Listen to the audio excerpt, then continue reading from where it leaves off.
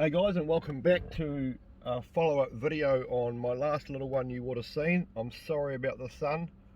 It's shining straight through the car and I'm about to have a smoke, so I'm going to put the window down. No wife is with me and no children are with me, so I'm sitting here going to have a smoke. Hold up.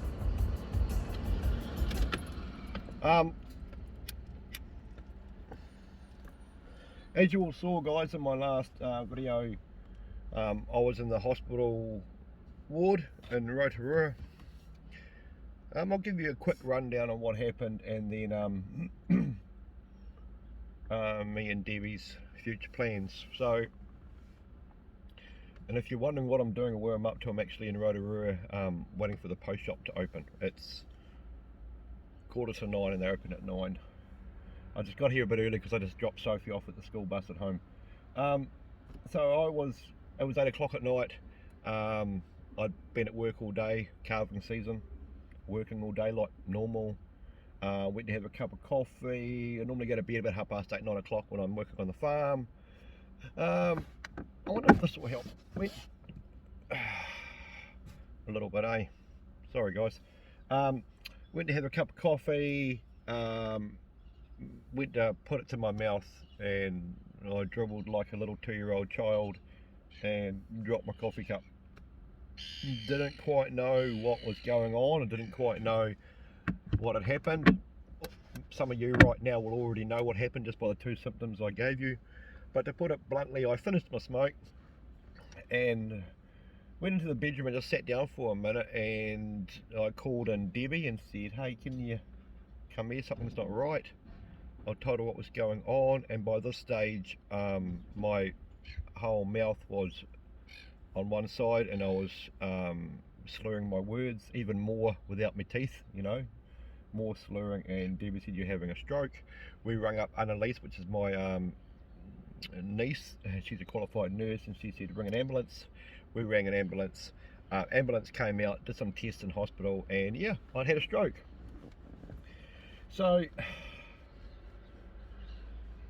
I did that. I had a stroke, got released, came home, and I don't think for about 2 days anything really hit me. Like, I was like, oh yeah, I had a stroke.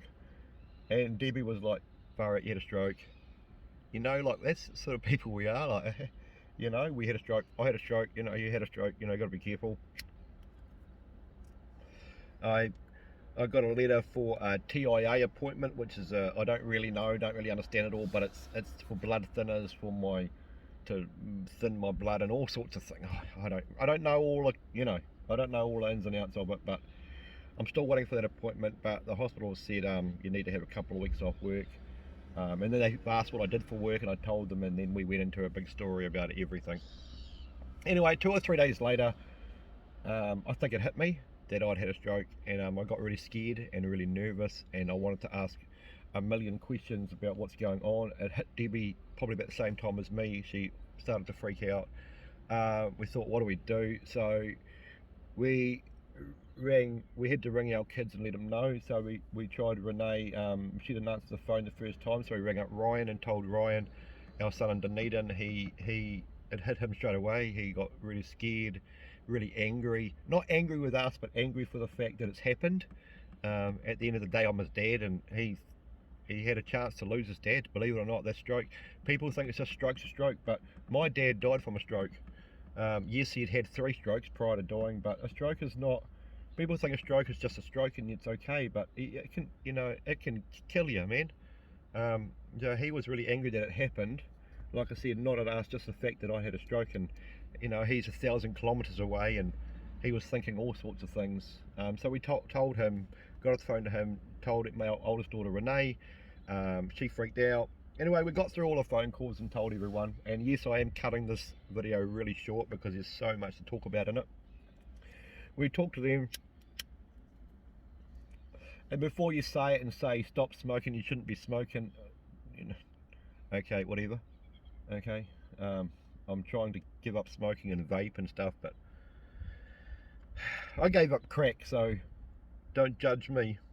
That's what I say to people. Far out. I'm trying, you know, and I am trying, but it's hard. It's hard to just, yeah, break habits of lifetimes, man. But anyway, to get off that subject, and I know I'm rambling, me and Debbie sat down and thought about what Ryan had said. And where we live is a 45 minutes from the hospital, and it took the ambulance like 15 minutes to get to me. That's no fault of the ambulance. They had their lights and sirens going when they arrived, and they said they were hoofing it. But we live in the middle of nowhere, and my son was like, "Dad, we can't do this. You can't live like that." So long story short, we've handed our notice in from my job. I'm actually finishing my job now, like I finished, but I'm still 2 weeks there. We're packing up. We're selling everything we own, apart from cars and clothes and bits and pieces like that, and we're heading down south to stay with Ryan and Ariel, and then we're going to look for a house down there and get a house down there and get more stuff, and be like 10-15 minutes away from a hospital and 10-15 minutes away from our son. Obviously Renee's up in the Waikato, and she's a little bit devastated that she is further away from us, but we're also further away from Ryan, so it's a catch-22. But hopefully Renee will come down 4, 5, 6, 7, 8, 10 times a year and visit us. It is only an hour and a half plane ride away, so it's not, we're not going to Japan or anything like that.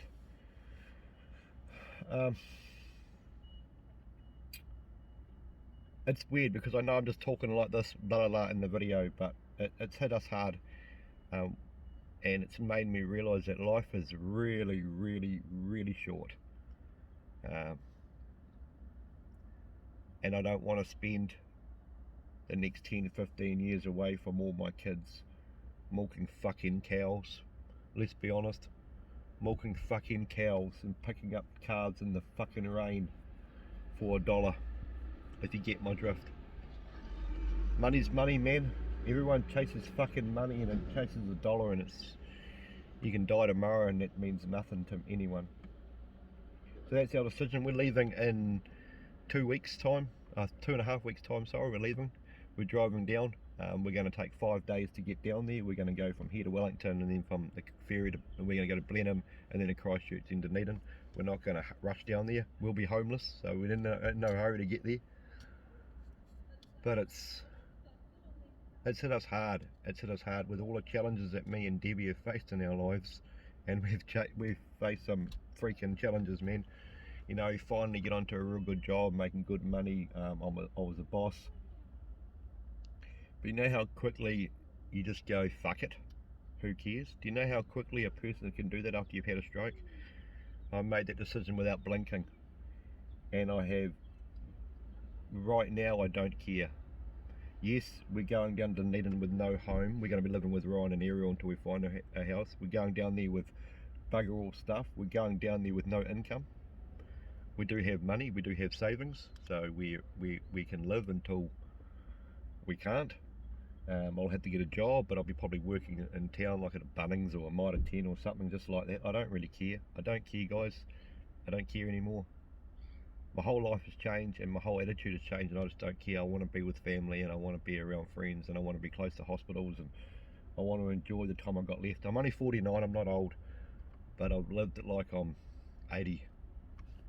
And it's hit us all, and I don't care about stuff that I have to sell at home to raise money, to keep us going, to live until I find work. I don't care about stuff, man.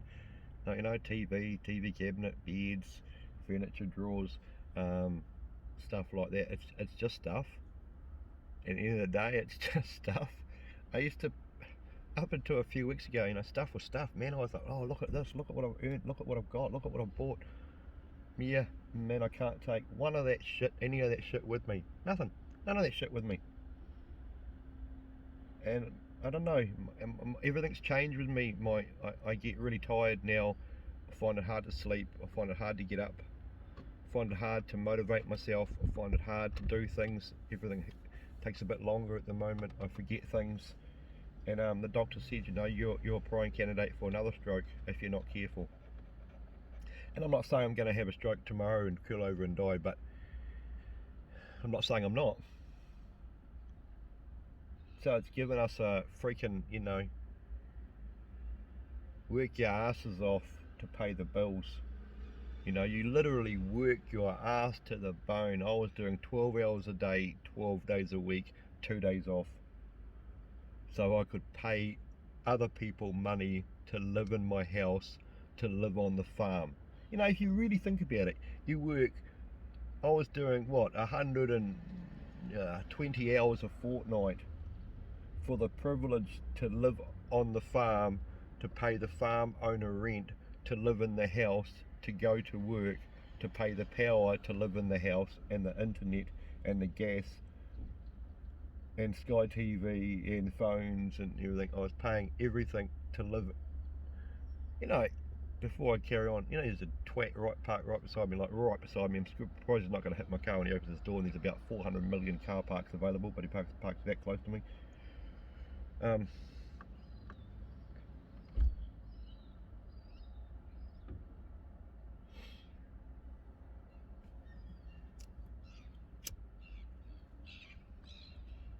You know, you think about it, if you really, really, really sit down, and I don't just mean think about it, I mean serious, you sit down and think about it, work your ass off to pay another man so you can live.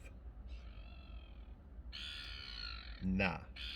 I understand you have to work to make money, and I'm all for that, and I'm going to be still doing that, but you know, I want to also be able to spend time with my children and go for dinner at their house, and they come to our house, and spend time with my wife. I don't spend time with my wife, man. You know what I do? I go to work, I get up at 4:30 in the morning, I get home at 5 at night, and by 8 o'clock at night I'm in bed.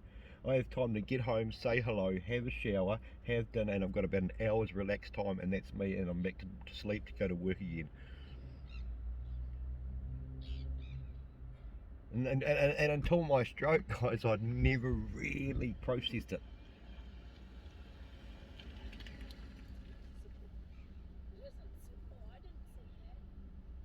Um, yeah, I'll come back to you shortly. Sorry, guys, I've actually come back home now, and it's about 5 hours later.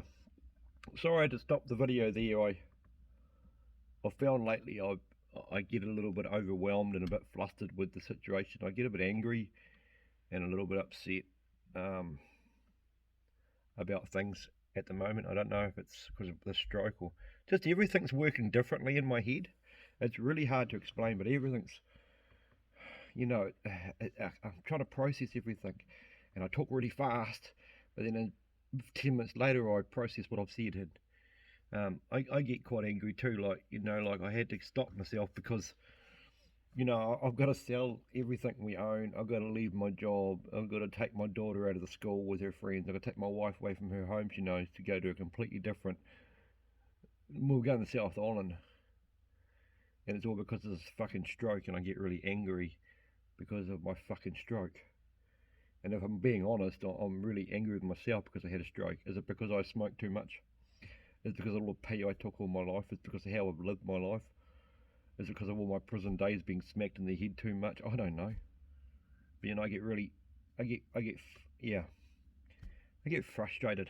But I have to stop and I have to stop, breathe through it, and think about what I'm doing and where I've come from. And I stopped myself today going all nutty and swearing on camera because I was like, hold on, what's today's date?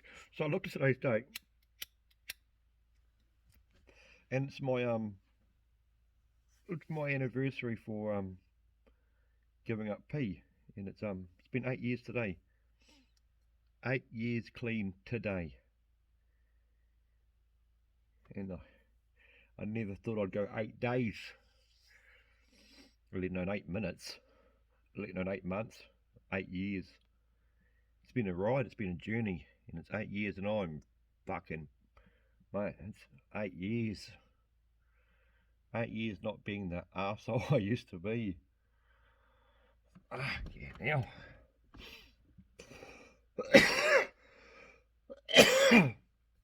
I've been trying to give up smoking, and I spoke to my son today, and he said, how are you getting on with your smoking? I said, I'm not. You know, I've failed again, but I'll try again. You know, I'm smoking again now. once this can moves over, I'll try again. And you know what? I will succeed this. I will beat this, and I will give up smoking. And he understands. I know he's a little bit annoyed about how I haven't quit, but he understands that it's an addiction, and it's not easy to beat. I've beaten other addictions in my life, and I'll beat this one. It's just got to be the right time. But yeah, so we're moving down south, and don't get me wrong, I'm really excited about going down there. And I was talking to Ryan today, and he's like, "It'd be so cool, Dad. There's been so many times in the last 2 years he's lived down there. He's been like, oh, I wish Dad was here to help me build this, or fix this, or lift this, or go for a beer, or play pool, or something." So it's going to be cool having all my family. Not all my family, not Renee. I'm dealing with that. I'm dealing with that because she's only an hour and a half away now, and she's going to be an hour and a half plane trip away. But I've been dealing with not having Ryan as well, so you can't win, eh? You can't win. But we do have to make the best of what we've got, and the cards we've been dealt. And this is the card that God's dealt me, or Satan's dealt me, or I've been dealt it, whatever you want to believe in. I've been dealt with a stroke, and I can sit down and I can moan and cry and be angry with myself and carry on life, or I can get up and get on and carry on with it. And the reason that Debbie's not in today's video, guys, I know a lot of people comment or message me privately about how cool it is to have Debbie in the car with me and talking, side beside me. This has hit her. This has hit her quite hard. Like she carries her smile around with her and stuff, but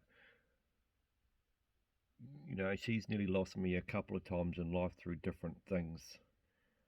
For me being a meathead, but now that our marriage is it's so solid and our life's solid, and then a stroke could take me away after everything, after everything that's happened in my life and nothing's taken me away, a stroke could.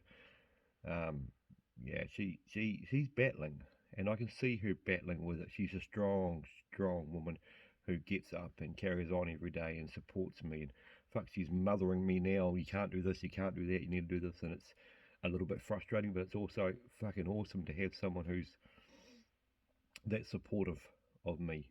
But I can see her struggling every day with the fact that her husband could have died that night, and it's not nice to see her struggle. So I decided to not put her in this video, but she'll be on future ones. I'm sure she will be. But we as a family are all good. We're okay. We're just in the processes of moving down south. But I wanted to ask you guys, and please do comment it. Okay, you all know that I don't make any money off YouTube. I do it solely to let you guys see my life at what it was 8 years ago to what it is now. But what I do ask in return is you guys to comment and like my videos. I get a lot of people viewing my videos, but not many people give it a thumbs up or a thumbs down. And that's why I make these videos, guys. I make them for this sort of stuff. If you don't like the video, feel free to put the thumbs down. I'm not going to lose any sleep over you fellas. If you don't like something I say or one of the videos I make, put the thumbs down. Then I'll know what you don't like and what you do. But if you do like it, guys, and you're watching it, all you have to do is go push the thumbs up, and write a comment. Because your comments, I don't think you guys understand. There's quite a few. I've got about 5 people, and I'm going to make a video soon about the people that do this. They always comment. It doesn't have to be a massive sentence, but they always write something, and they're the people I make videos for.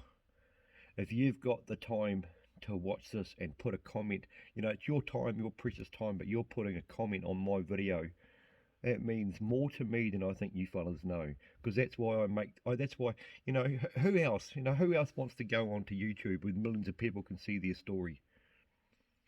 It's not something you like to share with the world, but I share it so you guys can understand that not everyone who has lived that life is always that way. That they can change and they can be better and they can be good. And so, guys, if you can give a video a thumbs up every time you watch it and comment, that means a lot to me. It really does. But what I was going to ask before I got off topic again is we're heading down south in a couple of weeks. I wanted to know if you guys want me to show you our journey from now on, or do you want me to talk about the stuff that we're doing, or do you want me to show you journeys from leaving here and going down to Dunedin, you know, the boat, the Picton, the ferry, where we're staying, when we get to Ryan's place, how we're looking for places, what we're buying for our house, what we're going to be doing for a job.